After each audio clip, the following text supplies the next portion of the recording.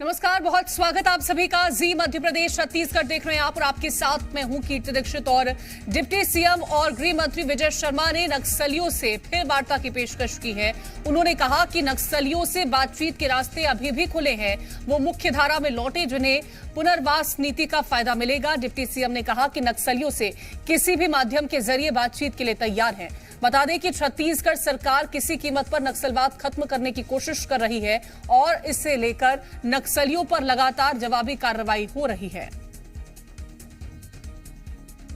बातचीत का रास्ता अपनाया जाए। नक्सली जितने भी हैं उनको इस बात को समझना होगा कि बंदूक की नली से अस्पताल नहीं बनते हैं, बंदूक की नली से स्कूल नहीं बनते हैं, सड़कें नहीं बनती हैं। तो इन सारी सुविधाओं को वहां मुहैया कराने के लिए जो रास्ता वो सोचते हैं, जल जंगल जमीन उनका है कहते हैं, आदिवासियों का हम भी कहते हैं, भाई उसमें फर्क नहीं है। जो आना चाहे मुख्य धारा में वापस, माननीय मुख्यमंत्री जी ने स्पष्ट किया है, तो जो भी चाहते हैं वापस आना, जो भी चाहते हैं उस रास्ते को छोड़ करके देश की उन्नति, प्रगति के, शांति के मार्ग पर वापस आना, उन सबका स्वागत करने के लिए हम तैयार हैं। तो नक्सलियों को बातचीत के लिए एक बार फिर से पेशकश की गई है। आपको बता दें, डिप्टी सीएम विजय शर्मा की तरफ से ये पेशकश की गई और इससे पहले भी ये कहा गया था कि नक्सलियों को अगर वार्ता करनी है, बातचीत करनी है, तो उसके लिए सरकार पूरी तरह से तैयार है।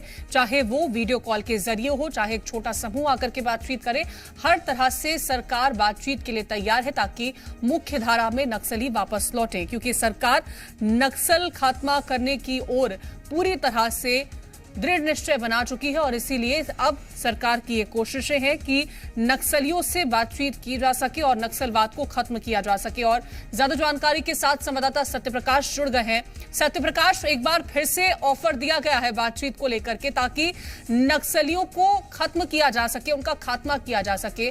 अब सरकार की क्या पहल रहेगी और क्या इसको लेकर के कोई रिएक्शन अभी तक नक्सलियों से किसी तरह से आया है, कोई रिएक्शन?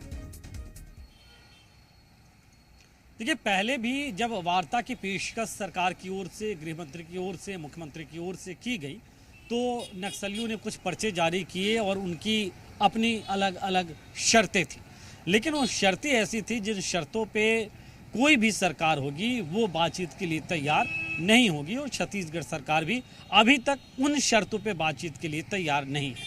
हाँ, ये ज़रूर है कि फिर से पेशकश की गई है और वैसी शर्तें, जो शर्तें बिल्कुल ही नहीं मानी जा सकती, अगर उन शर्तों को नक्सली हटाएं तो मुझे लगता है सरकार पूरी पहल कर रही है कि नक्सलवाद खत्म हो, इसके लिए बातचीत हो, क्योंकि बातचीत ही वो रास्ता होता है। लेकिन नक्सली अगर बातचीत नहीं करते हैं और वो बार बार अपने मंसूबों को जाहिर करते हैं तो समझिए कि किस तरह से 29 नक्सलियों को ढेर किया गया। और मुझे नहीं लगता है कि आने वाले वक्त में भी मुठभेड़ या ऐसे ऑपरेशन जो है वो करने में पीछे हटेंगे जवान। लेकिन सरकार की पहल यही है कि शांति से नक्सलवाद समाप्त हो छत्तीसगढ़ में और इसीलिए बार बार वार्ता की पेशकश की जा रही है। देखिए, विजय शर्मा जो डिप्टी सीएम भी है, उन्होंने ये भी कहा कि पुनर्वास नीति जो है वह ऐसी रहेगी जिसके जरिए भी नक्सली मुख्य धारा में लौटे तो उन्हें भी लाभ दिया जाएगा।